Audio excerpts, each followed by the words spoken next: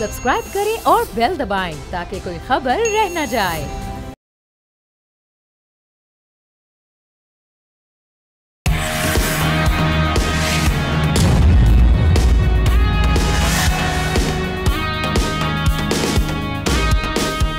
अस्सलामुअलैकुम नाजरीन, आप देख रहे हैं न्यूज़ पंच। मैं हूं आमना खटाना।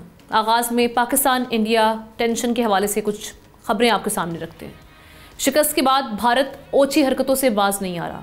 कल खुजदार में भारतीय प्रॉक्सीज ने मासूम बच्चों की स्कूल बस पर हमला किया तो अब दरियाए नीलम का पानी रोक लिया, जिससे पानी का बहाव 40% कम हो गया है। अल जजीरा टीवी को इंटरव्यू देते हुए तर्जुमान पाक फौज लेफ्टिनेंट जनरल अहमद शरीफ ने भारत को खबरदार किया कि अगर उसने सिंध तास मुआहदे की खिलाफ वर्जी की तो फिर आज़ादी कश्मीर पर दरियाब पाकिस्तान के होंगे। सेनेट में नायब वजीर आजम इसहाक डार ने सिंध तास मुआहदे की मुअत्तली को ज़राअत के लिए तबाहकुन करार दिया है। दूसरी जानिब सदर ट्रंप ने एक बार फिर पाकिस्तान की क़यादत और पॉलिसीज़ को सराहा है। उन्होंने कहा कि पाकिस्तान और भारत के दरमियान जंग बंदी में अमेरिका ने अहम किरदार अदा किया। क्या कहा डोनाल्ड ट्रंप ने, वो आपको पहले सुनाते हैं। भारत ने शिकस्त देकर जंग बंदी की अपील की, मगर बाद में अमेरिका पर तनकीद शुरू कर दी, जबकि वजीर आज़म ने इंदिया दिया है कि पाक भारत मुज़ाकरात सऊदी अरब या फिर यूनाइटेड अरब एमिरेट्स में हो सकते हैं, जहाँ अमेरिका सालसी करेगा। ये मुज़ाकरात कब तक मुतवक्के हैं और इसमें कश्मीर और आबी मसाइल के अलावा और कौन से मामलों पर बातचीत हो सकती है? क्या भारत वाकई मुज़ाकरात के लिए संजीदा भी है? ये सवाल भी बड़ा अहम है। इस पर हम आगाज़ करते हैं। सीनियर एनालिस्ट एहतशामुल हक साहब हमारे साथ मौजूद हैं और उनके साथ साथ अब्दुल्ला हमीद गुल साहब चेयरमैन जवानान पाकिस्तान और सीनियर तज्ज़ियाकार, दोनों को वेलकम कहेंगे प्रोग्राम में। मैं आगाज़ करूँगी एहतशाम साहब आपसे। ये हम देख रहे थे कि इंडियन मीडिया बल्कि इंडियन गवर्नमेंट भी बारहा ही कह रही है कि सदर ट्रंप ने कोई मेडलिंग नहीं की इस सारे मामले में, और सदर ट्रंप अब हम देख रहे हैं कि कई बार कहने के बावजूद, एक्स पर लिखने के बावजूद, अब दोबारा उनका जो कल का स्टेटमेंट हमारे सामने मौजूद है वो फिर यही कह रहे हैं कि जी हमने किया, और वो उन्होंने कहीं ना कहीं नाराज़गी का इजहार शिकवा भी किया है कि किस तरह से भारत में क्या सलूक किया जा रहा है इस वक्त, इसके बाद किस तरह से उनको डिस्कस किया जा रहा है, ट्रोल किया जा रहा है, और दूसरी जानिब उन्होंने पाकिस्तान की तारीफ़ भी की है। अब ये जो आपने समझते जो सिचुएशन बन चुकी है, कहीं ना कहीं सदर ट्रंप को नाराज़ करके भारत, आप समझते हैं कि वो फिर आगे बढ़ पाएगा इन मामलात में? देखिए हमने इस पर मैं बात करता हूँ कि जी किस तरीके से प्रेसिडेंट ट्रंप के एफ़र्ट को बेलिटल करने की कोशिश की जा रही है। शदीद गम और गुस्सा पाया जाता है वाशिंगटन में। मैं आपको बताऊंगा कि मेरे सफारती ज़राए से जो मेरी आज बात हुई है वो क्या बात हुई है, लेकिन आप ज़हन में एक बात रखिएगा हमना, ये सिचुएशन जिस तरह बन रही है, हिंदुस्तान ग्लोबल लेवल पे अपना नैरेटिव कंट्रोल करने में पूरी तरह नाकाम हो गया। आलम यह है कि 8 डेलीगेशन 32 लोगों ने जाना था, सस्पेंड कर दिया गया है। इत्तलात जो लेटेस्ट आ रही हैं उसकी वजह यही है कि लोग सवालात उठा रहे हैं। यशवंत सिन्हा फॉरेन मिनिस्टर साबिका हैं, राहुल गांधी ने तो फिर कल ट्वीट किया, उन्होंने कहा कि बताएं कितने जहाज़ गिराए। वो कहते हैं जयशंकर तुम्हारी खामोशी डैमिंग है, साइलेंस इज डैमिंग। तो लोग बातें कर रहे हैं और लोग कह रहे हैं कि जी आप डेलीगेशन तो वहाँ भेज रहे हैं, लेकिन आपको क्या ज़रूरत है हम ना पूछ रहे डेलीगेशन भेजने की? अमेरिका तो आपका स्ट्रेटेजिक पार्टनर है, उसको तो आपके नुक्ता नज़र का बहुत अच्छी तरह पता होगा, वो तो आपकी साइड लेनी चाहिए उन्हें। इस तरह वो कह रहे हैं कि ब्रिक्स कंट्री जो है, रशिया आपका दोस्त है, बाकी लोग हैं, वो लोग यही कह रहे हैं कि भी असल सूरत हाल ये है कि आज तालिबान और इजराइल के अलावा उनके साथ कोई खड़ा नहीं हुआ, और आप जो डेलीगेशन भेज रहे हैं और यही बात कह रहे हैं वो कि उनके लोग सवालात उठा रहे हैं हिंदुस्तान में, चाहे वो पार्शल मीडिया हम ना, कोई अच्छे सिक्योरिटी और दयानतदार डिफेंस के एक्सपर्ट हैं, फॉर्मर डिप्लोमेट्स हैं, वो यही कह रहे हैं कि भाई जब आप अपने डेलीगेशन भेजेंगे तो आपसे सवाल ज़रूर पूछा जाएगा कि भाई ये 22 अप्रैल को पहलगाम में सिक्योरिटी लैप्स कैसे हो गया? आपके अमित शाह जो है अपना वज़ीर दाखिला 2 दफ़ा वहाँ होके आ गए थे और वहाँ पे कोई पुलिस वाला उस दिन नहीं था, ये कैसे हो गया? फिर ये सवाल ये भी पूछा जाएगा कि इंडिपेंडेंट इंक्वायरी के लिए पाकिस्तान ने आपको कहा, आप क्यों खड़े नहीं हुए? तो कहते हैं ये सारे के सारे आपको नुकसान में जाएंगी बातें। अब यही सवाल लेके आप, और ये सवाल भी पूछा जाएगा कि आपने कैसे ख़वातीन और बच्चों पर, मसाजिद पर किस तरह से आप हमला आवर हो गए, वो भी दूसरे मुल्क की फ्रंटियर को वायलेट करते हुए। देखिए आप स्टेट डिपार्टमेंट में कंडेम किया और लोग भी कंडेम कर रहे हैं, वो तो आप पाकिस्तान अब ये साबित कर रहा है, पहले भी साबित किया पाकिस्तान ने, अब दोबारा सबूत के साथ इंटरनेशनल कम्युनिटी को बताया जा रहा है कि ये किस तरीके से रॉ अब जिस तरह सहूलतकारों को इस्तेमाल करता है, ट्रेनर्स हैं, उनके स्लीपर सेल हैं, वो कैसे रीएक्टिवेट हुए हैं, क्या कर रहे हैं, वो तो उनकी तफसीलात बताई जा रही। अमेरिका के हवाले से आपको अमना में बता सकता हूँ कि इस वक्त सूरत हाल ये है, वो कह रहे हैं कि जी वाशिंगटन में सवालात उठाए जा रहे हैं कि ये प्रेसिडेंट ट्रंप की पोजीशन को बिलिटल करने की कोशिश है। सवालात ये उठाए जा रहे हैं कि इनसे पूछा जाएगा, जब सरजनिश भी होगी और पूछा जाएगा कि अजय डोवल ने सबसे पहले जो नेशनल सिक्योरिटी एडवाइज़र हैं किसको फ़ोन करके कहा था कि जी हालात ख़राबी की तरफ जा रहे हैं, जंग को रुकवा दें। तो ये सारी चीज़ें ऐसी नहीं होगी। मार्को रूबियो बीच में कैसे आते हैं, जयशंकर की गुफ्तगू क्या होती है, वो कह रहे हैं सब रिकॉर्ड का हिस्सा हैं। और ये कहना कि जी दोनों ममालिक के क्या कहते हैं एडवाइज़र, जो मिलिट्री एडवाइज़र थे, उन्होंने डीएमओज़ ने बात की थी, उसने कहा ये बात की बात है। पहले तो जिस अंदाज से प्रेसिडेंट ट्रंप आए, उन्होंने कहा कि जी हमने जंग बंद करवाई है, तो वो एक एफर्ट था। अब मसला ये वो कह रहे हैं कि जी अपनी डोमेस्टिक ऑडियंस को जो नाराज़ है खुश करने के लिए अब नैरेटिव बयान नहीं कर सके, अच्छी तरह चल नहीं पाया, तो इस तरह की बातें शुरू होगी। और मेरे ज़राए आमना कह रहे हैं कि वो कह रहे हैं कि बिल्कुल जो आपके प्राइम मिनिस्टर ने कल कहा है, ये किसी न्यूट्रल वेन्यू पे बात होगी। दुबई का भी जिक्र है, सऊदी अरब का भी, किसी और जगह पे भी, और अमेरिका का बड़ा भरपूर रोल होगा। अमेरिकी किसी सूरत में भी जो इतना बड़ा प्रेसिडेंट ट्रंप ने काम किया है, वो कहा जा रहा है कि इतने मुश्किल हालात में 100 दिनों में और हवाले से जो क्रिटिसिज्म हुआ, ये वाहिद ऐसी जगह है कि जहाँ पे सारी दुनिया उनको अप्रिशिएट कर रही है। तो ये ऐसा नहीं है। तो मेरा ख्याल है हिंदुस्तान को हम ना आइंदा आने वाले दिनों में आप ओपनली देखेंगे कि वहाँ से शटअप का कॉल भी दी जाएगी और उनको बताया जाएगा कि इस तरह की बातें करके आप लोगों को ये नहीं बता सकते कि आपका नैरेटिव बिकर नहीं, आप कमज़ोर पोजीशन में थे, हमने आपको बचाया, हमने आपको बचाया। अमेरिकी कह रहे हैं उनको। जी अब्दुल्ला साहब, ये लेकिन वहाँ पर तो मूड लग रहा है, प्रॉक्सीज एक्टिव कर दिए हैं, इसके बाद मेडलिंग से इनकार कर रहे हैं डोनाल्ड ट्रंप साहब की कि जी उन्होंने कोई मीडिएशन नहीं करवाई, ये तो पाकिस्तान ने सीज़ फायर की रिक्वेस्ट की थी इसलिए हमने कर दी, और यहाँ से पानी भी बंद कर रहे हैं दूसरी जानिब से। तो फिर तो ये सारे मामला तो जंग वाले हुए, सारे मुज़ाकरात वाला तो मूड ही नहीं लग रहा। हम यहाँ मुज़ाकरात की बातें कर रहे हैं, हम यहाँ पे वेन्यू सेट कर रहे हैं, वहाँ पर दूसरे इकदाम किए जा रहे हैं इसके बरक्स। बिस्मिल्लाहिर्रहमानिर्रहीम, बहुत शुक्रिया। देखें, पानी बंद करने का तो हमने बड़ा वाज़े कह दिया है कि हम इसको जंग तस्वर करेंगे, और पानी उन्होंने बंद करना शुरू कर दिया है। अब हमारी क्या हिकमत अमली होगी, ये मेरे ख्याल में हम ज़ाहिर है मुज़ाकरात के ऊपर अगर कोई नतीजा निकलता है तो बिस्मिल्लाह, हम उसको लब्बैक कहेंगे अपने जो हमने वादा किया है उसके मुताबिक, और अगर नतीजा नहीं निकलता तो फिर मेरे ख्याल में मामलात जंग की तरफ चले जाएंगे। दूसरी जानिब जो है वो भारत आइसोलेशन का शिकार हो गया है, डिप्लोमेटिक आइसोलेशन है, मिलिट्री आइसोलेशन है, पॉलिटिकल आइसोलेशन उनके मुल्क के अंदर है। आप देखें ना कि एक अभी वो ये कह रहे हैं कि जो ऑपरेशन सिंदूर को नाकाम कहेगा वो गद्दार कहलाएगा। अब मतलब इस लेवल तक उनको क्यों जाना पड़ रहा है, बात तो ये है। तो इसका मतलब ये है कि भारत जो है वो छटपटा गया है और तिल मिला गया है, और एक ऐसा आदमी जब अपने सेंसेस जो है वो लूज कर जाए तो आप उसको जरूर जंग की तरफ जो है वो, आपको पता है ना उर्दू का मुहावरा है कि तंग आमद बजंग आमद, तो फिर वो मेरे ख्याल में ये ऑप्शन जो है वो शायद एक्सरसाइज कर ले। फौज के अंदर उनके बगावत है, जनरल चौहान और जनरल द्विवेदी की आपस में चल रही है, क्योंकि जनरल द्विवेदी जो है आर्मी चीफ हैं और चौहान साहब जो है वो CDS हैं, तो ये दोनों का आपस में मामलात चल रहे हैं। नरेंद्र मोदी जो है जनरल चौहान के ऊपर ज्यादा जो है वो फोकस रखता है। दूसरी जानिब एक बहुत बड़ा जो मेजर चेंज आया है वो उसके ऊपर हमने मेरे ख्याल में अभी तक फोकस नहीं किया, और वो है चाइना और अमेरिका की कुर्बत।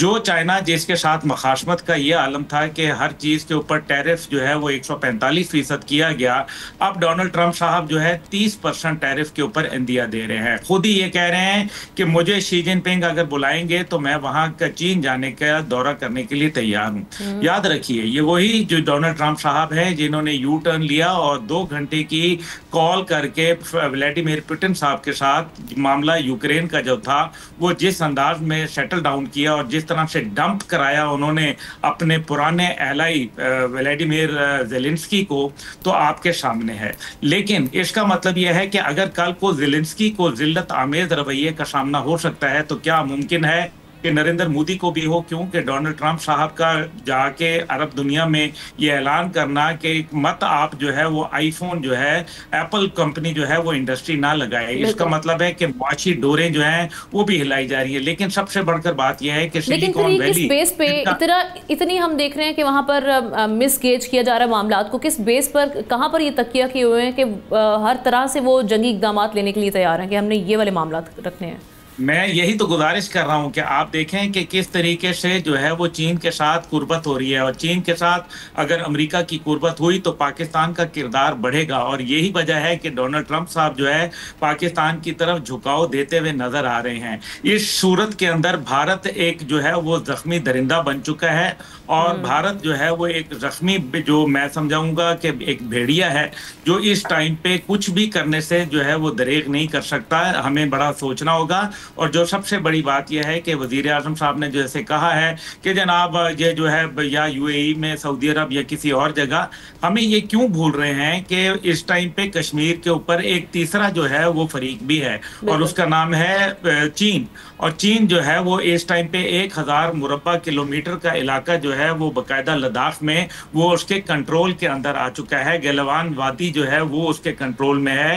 ये तमाम बातें जो हैं चीन को फरीक बना रही हैं, और अगर चीन के बगैर कोई मामला किया गया तो जाहिर है फिर ये मामलात जो हैं, ये मज़ाकरात जो हैं, ये मजाक रात बन के रह जाएंगे। इसलिए सोचने का अमल ये होना चाहिए है कि हमें चीन के ऊपर भी और बरतानिया जो इसी तरह बरतानिया और अमेरिका के ऊपर दबाव डालना पड़ेगा कि भारत को किसी भी इस किस्म के जारहाना और एक मेरे ख्याल में पागलपना एक जो इकदामात हैं जो मुस्तकबिल में वो करने की ख्वाहिश रखते हैं उनसे गरेज करवाया जाए। क्योंकि अगर एक spectrum of missile attacks Pakistan के ऊपर दोबारा शुरू होते हैं तो जाहिर है फिर ये एक ऑल आउट वॉर हो जाएगी, क्योंकि उनकी फौज की साख बुरी तरीके से आमना मुतासिर हुई है। और अगर ऐसी सूरत के अंदर फौज भी देखे ना, वो चाहेगी कि कुछ ना कुछ ऐसा कर ले जिससे उनकी जनता के सामने उनकी इज्जत जो है वो थोड़ी बहुत बहाल हो जाए। वैसे तो नाक कट चुकी है, लेकिन इसके बावजूद हमें बहुत चौकन्ना रहना है। और ये भी याद रखिए कि चीन और अमेरिका की कुर्बत के साथ साथ भारत अपने आप को आइसोलेटेड फील कर रहा है, और आइसोलेशन के अंदर जाएगा तो वो दीवानावार कोई ना कोई एक भयानक कदम जो है वो भी उठा सकता है। लेकिन आखिरी बात यह है कि अफगानिस्तान के हवाले से कुछ अच्छी बातें भी हैं। जनरल मुबीन को गिरफ्तार किया गया है, और इसी तरीके से खरलाची और जो हमने गुलाम खान के बॉर्डर हैं वो भी खुलते देखे हैं, जिससे हमें ये अंदाजा होता है कि कोई ना कोई अफगानिस्तान में ऐसा जरूर मौजूद है जो पाकिस्तान के हवाले से अच्छी सोच और अच्छे जज्बात रखता है। बावजूद इसके कि अभी हालिया इकदाम जो उनकी तरफ से हुआ भारत के दौरे का वो बिल्कुल नापसंदीदा करार दिया गया। लेकिन आमना मेरी अभी बात हुई है अफगानिस्तान में एक बहुत ही अहम शख्सियत से, जो कि मैं समझता हूं कि हुकूमत को बस उनके हाथों में ही है।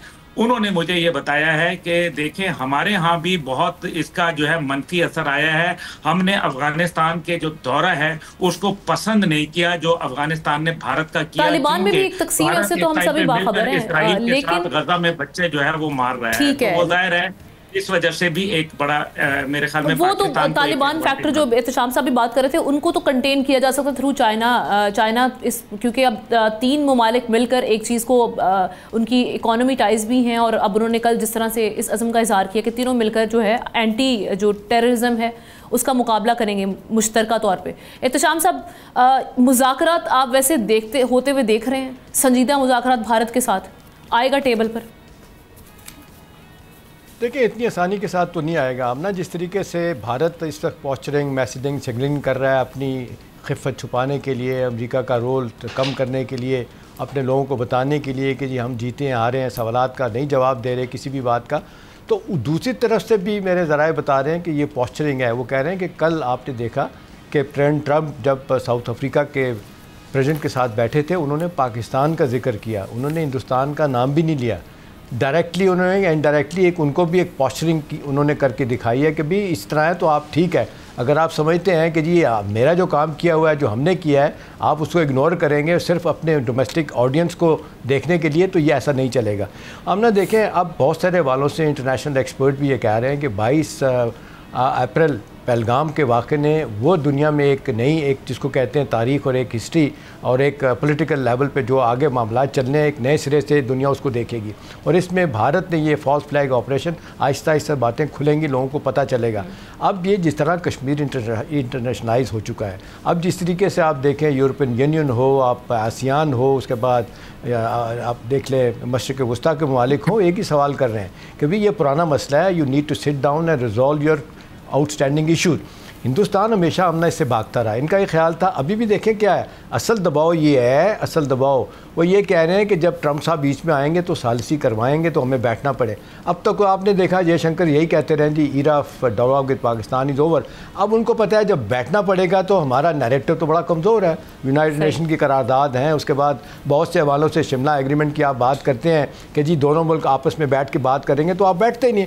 इसीलिए अब दोबारा से बातें हो रही हैं कि 2002 से जो कॉम्पिटेंट डायलॉग का सिलसिला शुरू हुआ था, फॉरेन सेक्रेटरी लेवल पे बातचीत शुरू हुई थी और कहा जा रहा है कि जी 3 डिफरेंट सिनेरियो बनाए गए थे, वो तो बड़ी हद तक उनमें जिसको कहते हैं मामला तय कर लिए गए थे, लोग उस तरफ लेके जाना चाहते हैं। लेकिन आमना जो मुश्किल है इस वक्त वो जो RSS का नज़रिया है, जो मोदी लेके चला था, जो उनको नाकामी, और उनको नज़र नहीं आ रहा है कि उनके अपने लोग उनके खिलाफ होते चले जा रहे हैं। अभी आप देख लें कल क्या किया उन्होंने, राहुल के ट्वीट के बाद राहुल की तस्वीर आपने देखा जनरल मुनीर के साथ, आसिफ के साथ लगा के उन्होंने आसिफ मुनीर के साथ लगा दी कि देखें जी ये तो दोनों इकट्ठे हैं। तो वहाँ पे उनके अपने लोग कह रहे हैं कि जी जो बंदा इनके खिलाफ बात करता है ये पाकिस्तान के साथ अटैक कर देते हैं। तो मेरा ख्याल है हिंदुस्तान की हर सतह पे नाकाम है। देखें इंफॉर्मेशन वॉरफेयर हो, ऑपरेशन लेवल पे हो, वो अब सफारती सतह पे जो आइसोलेशन आमना जो हो रही है ना, और जिसमें हम देख रहे हैं अमेरिका और रूस और चाइना जिस तरह सोच रहे हैं, हिंदुस्तान को समझ नहीं आ रही कि हम क्या करें। ये झूठ से काम चलाने की कोशिश करेंगे, हर बार इल्जाम तो झूठ से काम नहीं चलेगा, हमारे पास तो प्रूफ नहीं है। और दबाव रहेगा। आपका आज का स्टेटमेंट भी कि BLA और जो TTP हैं वो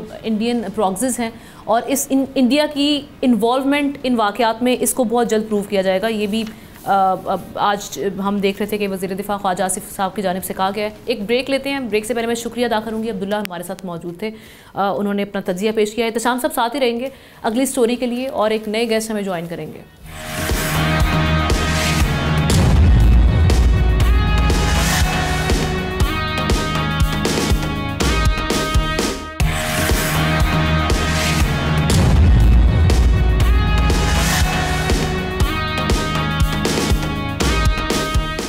वेलकम बैक नाजरीन। बात करेंगे मशरिक़ वस्ता की सूरत हाल की, जहां एक और जंग की बाज़गश्त सुनाई देने लगी है। CNN ने अमरीकी इंटेलिजेंस रिपोर्ट के हवाले से इंकशाफ किया है कि इजराइल ईरान की जौहरी तनसीबात पर हमले की तैयारी कर रहा है। उधर अमरीकी वज़ीर ख़ारजा मार्को रूबियो ने एतराफ़ किया है कि ईरान के साथ जौहरी मुआहदा करना आसान नहीं होगा। उसकी अफसोदगी सलाहियतों पर तहफ़्फ़ुज़ात बरकरार हैं। ईरान के सुप्रीम लीडर आयतुल्लाह ख़ामनाई ने खदशा ज़ाहिर किया कि अमरीका से जौहरी मुज़ाकरात से किसी नतीजे पर पहुँचने की उम्मीद नहीं। ईरान और अमरीका के दरमियान ओमान की सालिसी में मुज़ाकरात के 4 अदवार हो चुके हैं, मगर अब तक कोई नतीजा बरामद नहीं हुआ। इस सूरत हाल में सबसे अहम खबर यह भी है कि ईरान की पार्लियामेंट ने रशिया के साथ 20 साला स्ट्रेटेजिक शराकतदारी मुआहदे की मंजूरी दे दी है। मुआहदे में फ़ौजी तकनीकी ताउन और मुश्तरका मशकों का इंदिया दिया गया है। ये सारे मामलात खित्ते में किसी बड़े तनाज़े और नई सफ़ बंदियों का या फिर ये मामूल की बात है। मुख्तलिफ मामलात पर भी हम डिस्कस करेंगे। एहतशाम साहब के साथ हमें हामिद खान अल-मशरकी साहब इंटरनेशनल अफेयर्स एक्सपर्ट हैं, उन्होंने भी ज्वाइन कर लिया था। Thank you so much Hamid साहब। मैं आपसे आगाज़ करूँगी। सबसे पहले तो ये जो 20 साल जो स्ट्रेटेजिक मुआहदा हुआ है, ये कितना इम्पॉर्टेंट है, ये किस हद तक अमेरिका रेजिस्ट कर सकता है इन मामलात को लेकर, क्योंकि हम देख रहे हैं रशिया भी एक बड़ी ताकत है और कहीं ना कहीं ईरान की जो तवक्कुआत हैं वो चाइना और रशिया उनका एक बैकअप या प्लान भी हम कह सकते हैं। या अगर कोई ऐसे मामलात होते हैं उनको यूरेनियम अफसोदगी के हवाले से मुश्किलात का सामना करना पड़ता है, तो वो इन पर तकिया कर सकते हैं। जी बिल्कुल आमना, देखिए पूरी दुनिया में जो वो मल्टीपोलर हो रही है, दुनिया कसीरुल जहती हो रही है, जो ताकत का तवाज़ुन जो है वो वेस्ट से शिफ्ट होकर ईस्ट की तरफ आ रहा है। पाकिस्तान भारत जंग के अंदर हमने वाज़े तौर पर देख लिया कि किस तरह चाइना ने पाकिस्तान के जरिए पूरी दुनिया वेस्टर्न वर्ल्ड पर अपनी बर्तरी साबित की। इसी तरह रूस ने जिस अंदाज में यूक्रेन के साथ यूरोप पूरे को घुटने टेकने पर मजबूर किया हुआ है, वो ये साबित कर रहा है कि रूस के अंदर बहुत बड़ी स्ट्रेटेजिक डेप्थ है अभी, और उसी की वजह से ईरान ये समझता है कि अगर उसका रूस के साथ इस तरह का स्ट्रेटेजिक मुआहिदा होता है तो उसके नतीजे में खुद ईरान को बहुत बड़ी सपोर्ट मिलेगी उस जारे और उस एग्रेसर इसराइल और अमेरिका के मुकाबले में, जिसने पिछले 20 सालों से ईरान पर मुख्तलिफ अंदाज में पाबंदियां लगाकर और बहुत सारे अंदाज में ईरान को जिसको कहते हैं कॉर्नर किया हुआ है, ईरान को दीवार के साथ लगाया हुआ था। मेरा ख्याल ये है कि ये एक बड़ा अहम मुआहिदा होगा और इसके बाद फिर रूस जो है वो खुलकर ईरान की उसी अंदाज में हमायत कर सकेगा जिस अंदाज में हमारे ये साथ चाइना खड़ा था। और खित्ते में चाइना और रूस का जो एक मुश्तरका एक बन रहा है अलायंस या इत्तेहाद बन रहा है, उसके नतीजे में वो तमाम ममालिक जो इन दोनों के साथ हैं वो ऑटोमेटिकली उनको चाइना और रशिया की सपोर्ट भी मिलेगी। सो इस हवाले से मेरा ख्याल ये है कि वो जो बार बार मैं बात करता हूँ कि एशिया में खसूसी तौर पर अमेरिका का असर और रसूख कम होता नजर आएगा और उसके नतीजे में ये जो ताकत का शिफ्ट है इसका जो है वो अमेरिका को भी समझना होगा, इसराइल को भी समझना होगा, यूरोप को भी समझना होगा। और इसी हवाले से मैं बात करता हूँ कि वो जो उन्होंने भारत को इलाके में चौधरी बनाने की कोशिश की, पाकिस्तान ने वो सारा मंसूबा भी खाक में मिला दिया। सो अब मेरा ख्याल ये है कि अगर कोई जारहियत होगी इसराइल की तरफ से तो इसराइल को उसकी भारी कीमत भी चुकानी पड़ सकती है। ठीक है एहतशाम साहब, लेकिन एक चीज़ बड़ी इंपॉर्टेंट है इस वक्त जो हम ईरान के हालात देख रहे हैं, वहाँ पर हम देख रहे हैं कि वाटर एंड वहाँ पर जो शॉर्टेजेस पाई जा रही है एनर्जी की, उसके अलावा मिलिट्री लॉसेस जो हुए हैं, रीजनल जो हम देख रहे थे कि मामलात में उन्होंने इंगेज की थी अपनी मिलिट्रीज़ को, करेंसी वहाँ पर गिरती हुई हम देख रहे हैं। फिर एक इजरायली हमले का जो एक खौफ पाया जा रहा है कि ये अगर हमला होता है तो फिर क्या सिचुएशन बनेगी। तो बड़ी ही अगर देखा जाए तो फीबल किस्म की सिचुएशन है ईरान की सारे सिचुएशन में। तो आप समझते हैं कि ये मज़ीद जो सैंक्शंस हैं ये अफोर्ड कर पाएंगे या क्या इनके पास प्लान होगा? कल का जो एक राउंड होने जा रहा है इसी हवाले से जो हम देख रहे हैं 4 अदवार हो चुके हैं, कल एक नया राउंड होगा टॉक्स का, तो क्या निकलते हुए आप नतीजा देख रहे हैं? हमने इसमें कोई शक नहीं है कि ईरान की हर लेवल पे, सियासी लेवल पे, इंटरनेशनल लेवल पे हमने देखा है कि जो मुश्किलात बढ़ गई हैं और जिसको कहते हैं उनको कॉर्नर कर दिया गया है, वो हमास का वीक होना, उसके बाद यमन में जो कुछ हुआ, सीरिया का ख़त्म हो जाना, नई हुकूमत का आना, ये सारी चीज़ें। लेबनान में आप देखें मज़ीद वहाँ क्या हो रहा है, कुछ जगहों पे कब्ज़ा कर लिया है। अब जितनी तेज़ी के साथ इजराइल ने फ़ैसला किया कि जी गज़ा पे हमने कब्ज़ा करना ही करना है, वो प्रेसिडेंट ट्रंप तो रावेरिया बना रहे थे उनको बहुत ज़्यादा कि जी अब दुनिया आया करेगी, वो तो मामला ख़त्म हो गया। देखिए हम हमेशा ये कहते हैं कि हर चीज़ की टाइमिंग की बड़ी इंपॉर्टेंस होती है। अभी आप देखें 2-3 दिन पहले यूरोपियन यूनियन ने, अमेरिका ने फ़ैसला किया कि जब रूस ने कहा कि जी जंग नहीं बंद होगी और बंद होगी तो हमारी शराइत पे होगी, जिसमें वो 4 कहा जा रहा है कि बड़े इलाके जो हैं उन पर कहता है मेरा कब्ज़ा तस्लीम करें तो फिर मैं मानूंगा। दूसरी तरफ फिर उन्होंने फ़ैसला किया यूरोपियन यूनियन ने, अमेरिका ने कि जी नई सैंक्शन लगाई जाएंगी। ये बात करने के बाद ये 20 साला स्ट्रेटेजिक माहिदा ईरान के साथ, ये भी बहुत बड़ा मैसेज है वेस्ट को कि ठीक है फिर अब ऐसा करेंगे तो हम किसी और इत्तेहाद में चले जाएंगे। अब सारा मसला जो है ना वो चाइना है कि चाइना गो स्लो पॉलिसी वाले हैं, वो इतनी ओपनली दूसरी तरफ नहीं जाते, वो बहुत कुछ बर्दाश्त करते हैं। आप देखें जहाँ पाकिस्तान और हिंदुस्तान के मामले में खुल के सामने आए हैं, अभी आप देखें वो नहीं चाहेंगे कि फौरी तौर पे इस सारे मामले में वो रूस, ईरान और चाहे बन जाए, वो नहीं पड़ेंगे, लेकिन वो कोशिश करेंगे कि किसी तरीके से इसका कोई सफारती हल निकल आए। लेकिन फॉर द टाइम बिंग तो मैं देख रहा हूँ ईरान के लिए मुश्किलात हैं। जो 4 राउंड हो चुके हैं और मार्को रूबियो का ये कह देना कि जी मुझे नहीं नज़र आता कि जी ये मामला होगा, और इन सो मेनी वर्ड्स यही कहा जा रहा है कि जी हमला होगा, तो अब तक तो यही है कि पहले इकट्ठे फैसला किया गया था या हो रहा था कि ईरान और अमेरिका मिल के करेंगे। अब अमेरिका क्योंकि साथ नहीं है, ईरान इसराइल को कहा जा रहा है, या पहले तो कहा मना किया गया, फिर कहा गया कि हमला करेंगे तो आप ऑन योर ओन करेंगे। तो मेरा ख्याल है मुश्किलात तो बहुत ज़्यादा है। ईरान अपना इसराइल की मुश्किलात बहुत बढ़ गई हैं।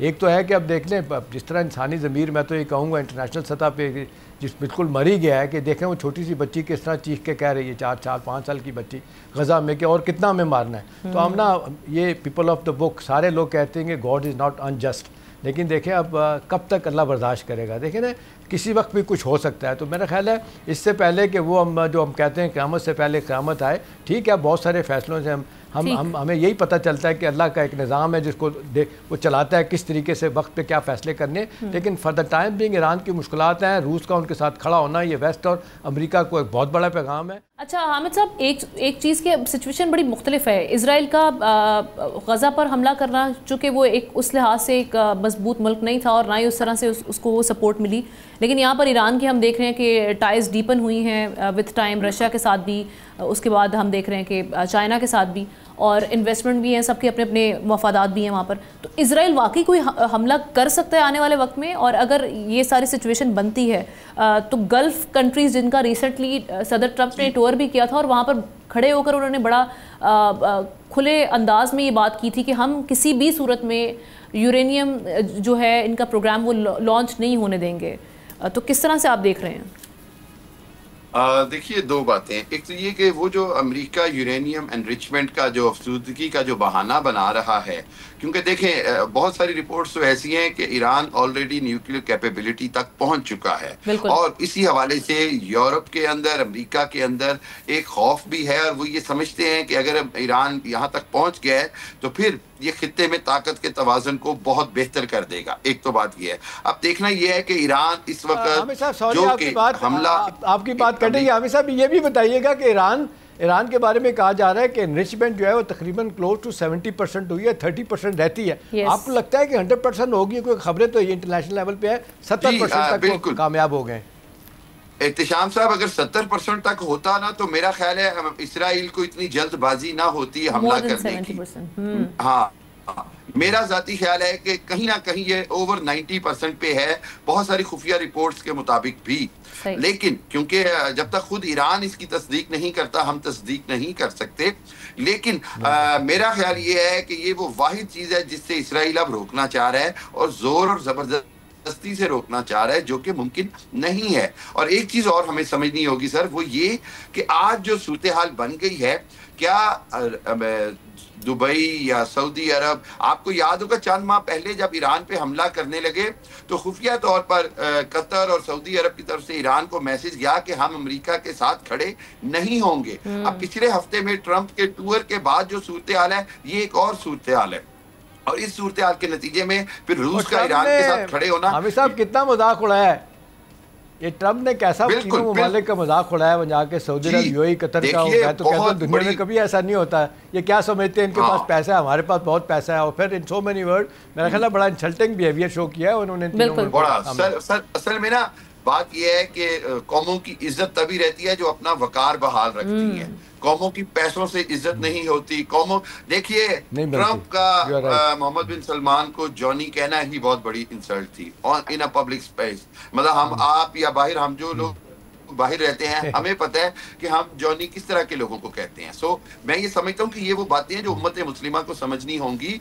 जो इसराइल जुल्म कर रहा है वो इसलिए कर रहा है कि ये हमारे जो अरब मुसलमान हुक्मरान हैं ये खामोश बैठे हैं, बदकिस्मती से ये कुछ नहीं कर पा रहे, और करना जो इनको क़यामत के दिन अल्लाह के हाथ तो जवाब देना ही देना है। ये दुनिया में भी बड़ी मुश्किलात में आएंगे। एक चीज मैं आपको बताता चलूं, मेरा जाती ख्याल है कि अगर ईरान की जौहरी तंसीबात पर हमला किया गया तो चूंकि पाकिस्तान ने बहुत अच्छा रिटेलिएट किया है, ये मैं आपको बता दूं कि मुस्लिम दुनिया को एक बहुत बड़ी एनकरेजमेंट मिली है, और हो सकता है ईरान आइंदा कुछ दिनों में अगर हो तो अपनी एनरिचमेंट का ऐलान भी कर दे। तो अमेरिका को और सारी दुनिया को देखना होगा क्या वो ये खतरा मोल ले सकते हैं या नहीं। Thank you so much. क्या वो ये खतरा मोल ले सकते हैं? आमिद साहब हमारे साथ मौजूद है, तशाम साहब भी मौजूद है, दोनों का शुक्रिया अदा करें लेते हैं। ब्रेक के बाद दीगर हम स्टोरीज उन पर हम डिस्कस करेंगे।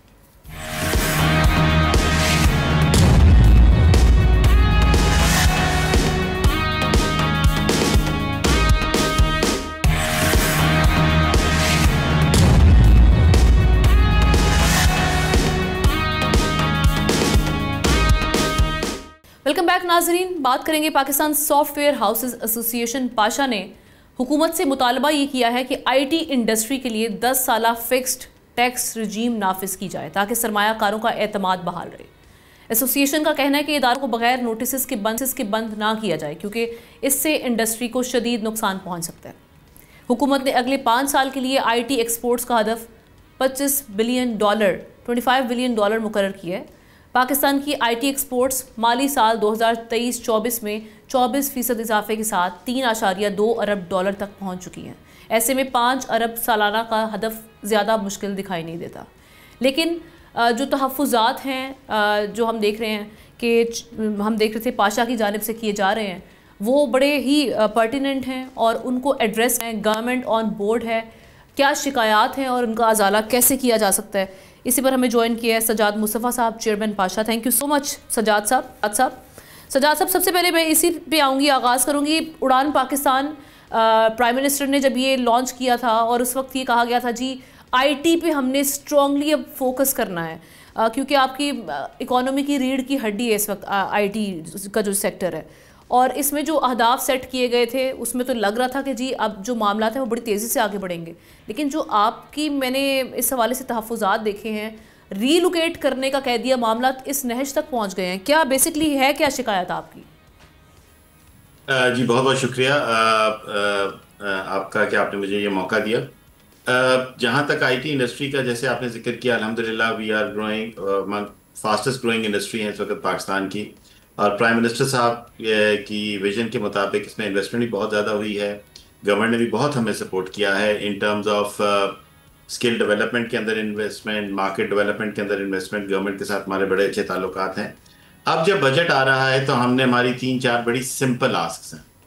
हमारी आस्क्स जो हैं वो एफटीआर के हिसाब से नहीं, हमारी आस्क बड़ी सिंपल है कि हम लोग, अगर आप देखिए तो पीछे डीएफडीआई के अंदर जब digital fix foreign direct investment का एक इवेंट हुआ था जिसमें $700 मिलियन के करीब पाकिस्तान में आईटी सेक्टर में इन्वेस्टमेंट एग्रीमेंट्स हुए थे।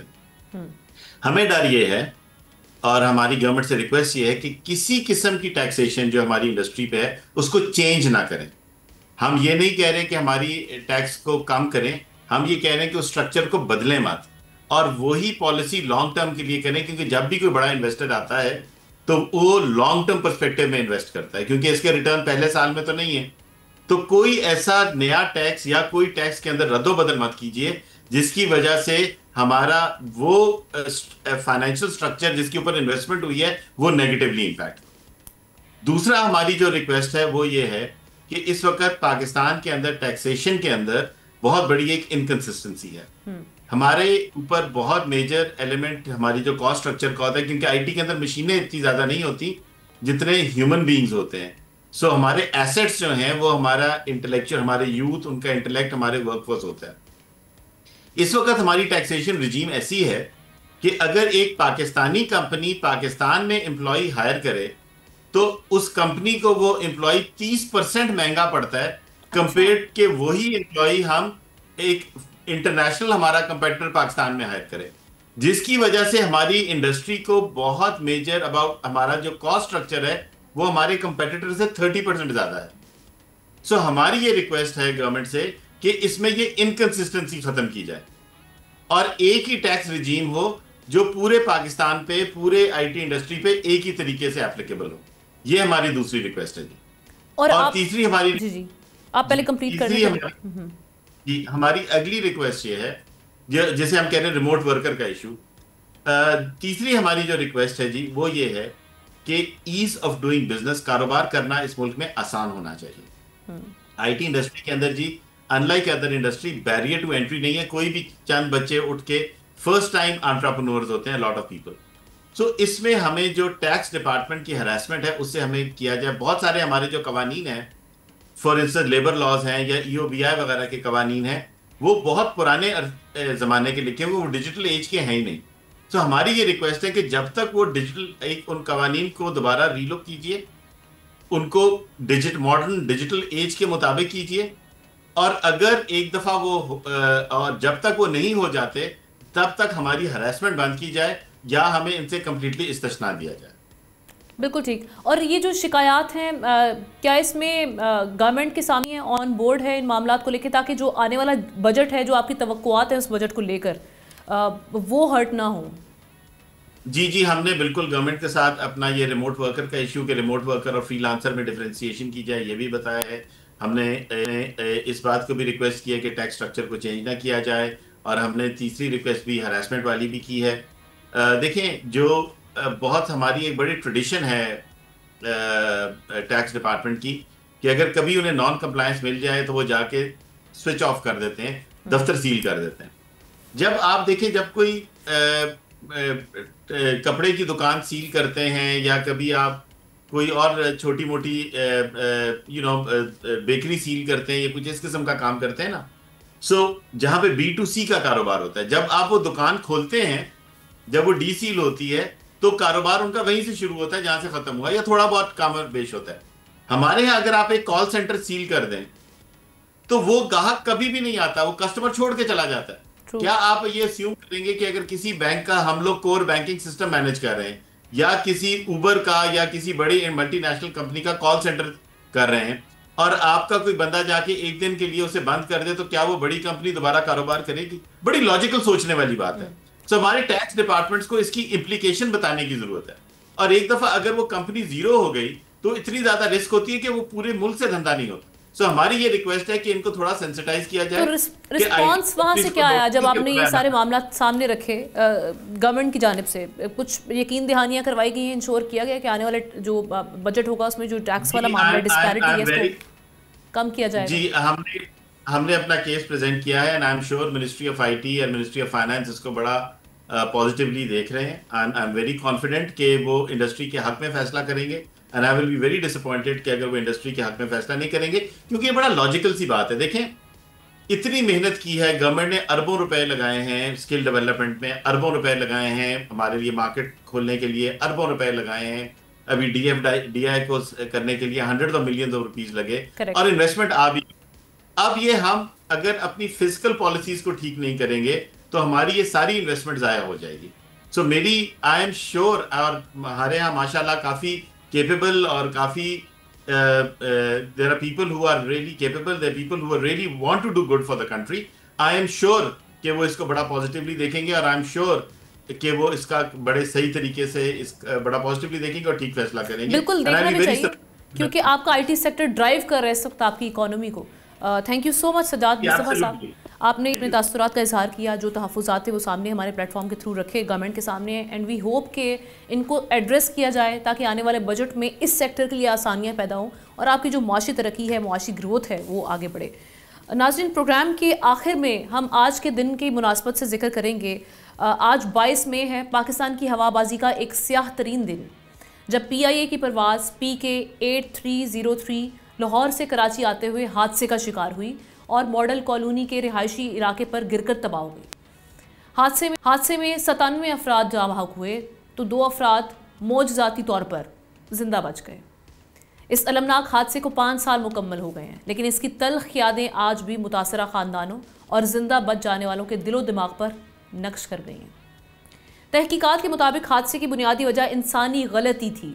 पायलट्स ने हवाई ट्रैफिक कंट्रोल की हिदायत को नज़रअंदाज किया और बगैर लैंडिंग गियर के जहाज़ को रनवे पर उतारने की कोशिश की, जिससे इंजन्स को नुकसान पहुंचा। पहली लैंडिंग में नाकामी के बाद पायलट्स ने दोबारा लैंडिंग की कोशिश की, लेकिन दोनों इंजन फेल हो गए और जहाज़ रिहायशी इलाके में गिरकर तबाह हो गया। हादसे के दौरान पायलट्स ने मेडे की कॉल दी, लेकिन उस वक्त तक बहुत देर हो चुकी थी। ये सानहा पाकिस्तान की हवाबाजी की तारीख का तीसरा बड़ा हादसा था, जिसने कौम को गहरे सदमे से किया। इस सानहे में जो लोग गुजर गए उनके लिए हम आज भी दुआ गो हैं, उनकी मग़फ़िरत के लिए, और उनके जो लवाहिकीन हैं अल्लाह ताला उनको हिम्मत हौसला दे, उनके हौसले बुलंद रहें। इसके साथ ही नाज़रीन, हमारे प्रोग्राम का वक्त ख़त्म हुआ चाहता है। आपसे इंशाअल्लाह हम कल मुलाकात करते हैं। अल्लाह हाफ़िज़।